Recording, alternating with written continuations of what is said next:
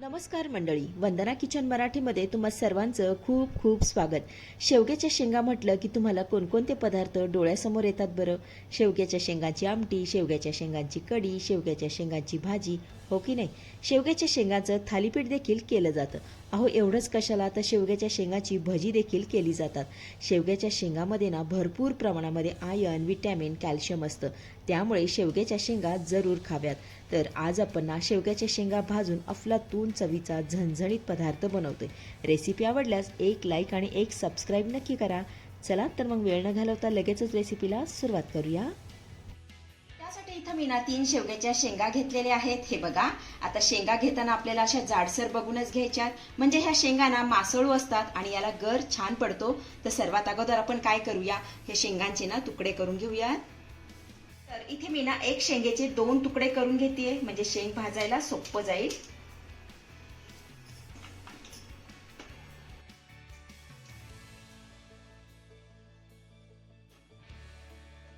तर इथे तुम्ही बघू शकता, एका शेंगेचे मी 2 तुकडे करून घेतलेले आहेत. आपण आता काय करूया, ह्या शेंगांना भाजून घेऊयात. त्यासाठी गॅसवरती ना मी अशा पद्धतीची जाळी ठेवून घेतलेली आहे. आपण आता यावरती ना शेंगा ठेवून घेऊयात. हे बघा, अशा पद्धतीने आपल्याला शेंगा यावर ठेवायच्या.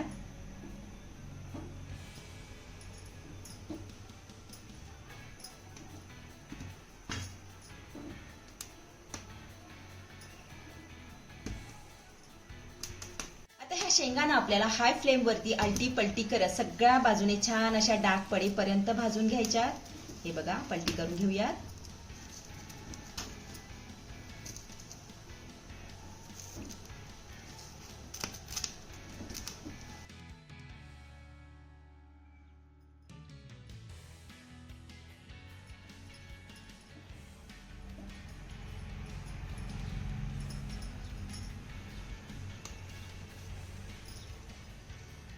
तर इथे तुम्ही बघू शकताय, शेंगा मी आलटी पलटी करत सगळ्या बाजूने छान अशा खमंग खरपूस भाजून घेतलेल्या आहेत. आपण आता ह्या शेंगा काढून घेऊयात.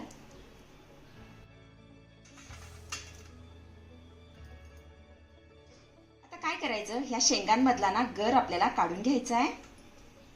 अगोदर ना ही शेंग मी फोडून घेतेय. हे बघा, 2 भागांमध्ये आपल्याला ही शेंग फोडून घ्यायची आहे, अशा पद्धतीने. त्यानंतर चमच्याच्या साहाय्याने अशा पद्धतीने आपल्याला हा गर काढून घ्यायचा आहे.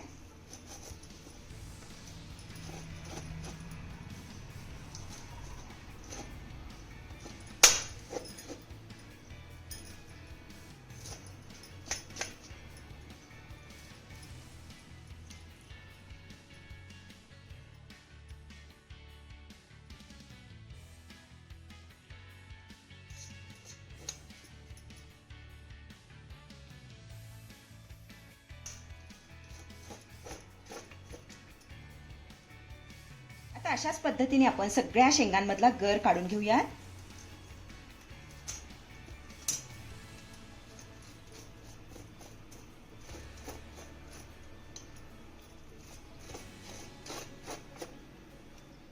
चला, इथे मी ना शेवग्याच्या शेंगांमधला सगळा गर काढून घेतलेला आहे. हे बघा, आपण आता काय करूया, हा गर ना थोड्या वेळासाठी बाजूला ठेवूयात.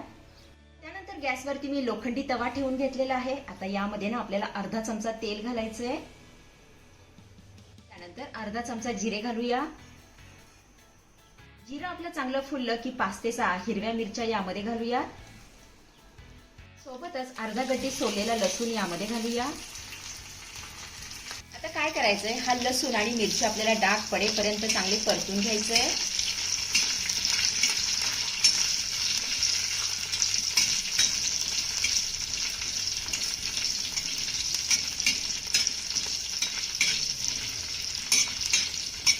तर इथे मी ना लसूण आणि मिरची चांगली डाग पडेपर्यंत परतून घेतलेली आहे. आता यामध्ये ना आपल्याला एक उभा चिरलेला कांदा घालायचा आहे. हा कांदा आपल्याला चांगला मऊसूत होईपर्यंत परतून घ्यायचा आहे.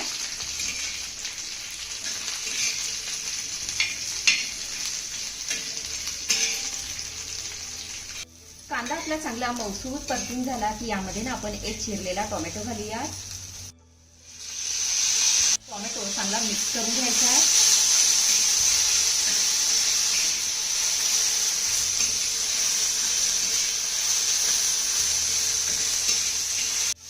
आपला चांगला मिक्स करून झाला की गॅसची फ्लेम आपल्याला लो करायची आहे आणि 2 ते 3 मिनिटांसाठी यावर ना झाकण ठेवायचं आहे, म्हणजे आपला कांदा आणि टोमॅटो चांगले वाफेवरती मऊसूर शिजले जातील. 2 ते 3 मिनिटांनंतर यावरचं मी झाकण काढतेय. तर इथे तुम्ही बघू शकता आपला टोमॅटो आणि कांदा छान असा मऊसूर शिजलेला आहे. हे बघा, आता यामध्ये ना आपल्याला शेवग्याच्या शेंगाचा गर घालायचा आहे.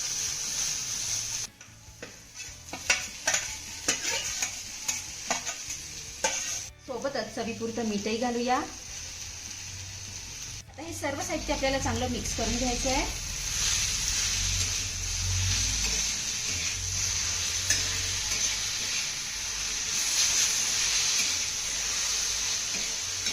इथे आपलं सर्व साहित्य चांगलं मिक्स करून झालं की काय करायचं, ग्लासाच्या साहाय्याने हे आपल्याला छान असं रगडून घ्यायचं आहे. हे बघा, अशा पद्धतीने याला रगडून घेऊया. तुम्ही मॅशरने सुद्धा मॅश करू शकता.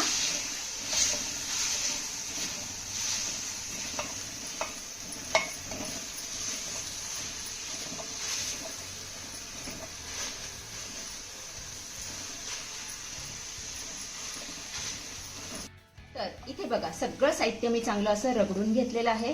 आपण आता काय करूया, यामध्ये ना पुन्हा अर्धा चमचा तेल घालूया. सोबतच 2 चमचे यामध्ये भाजलेल्या शेंगदाण्याचा कूट घालतीये. आता काय करायचंय, हे सर्व साहित्य आपल्याला पुन्हा 2 ते 3 मिनिटं चांगलं परतून घ्यायचंय.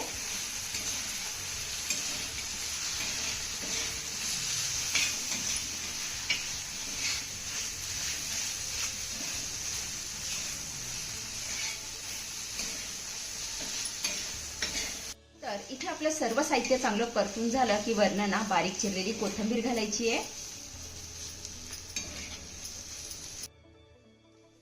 कोथिंबीर चांगली मिक्स करून घेऊया.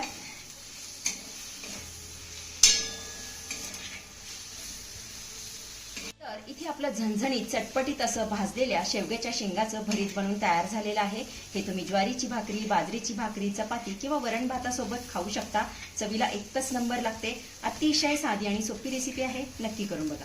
आपण आता हे भरीत काढून घेऊया.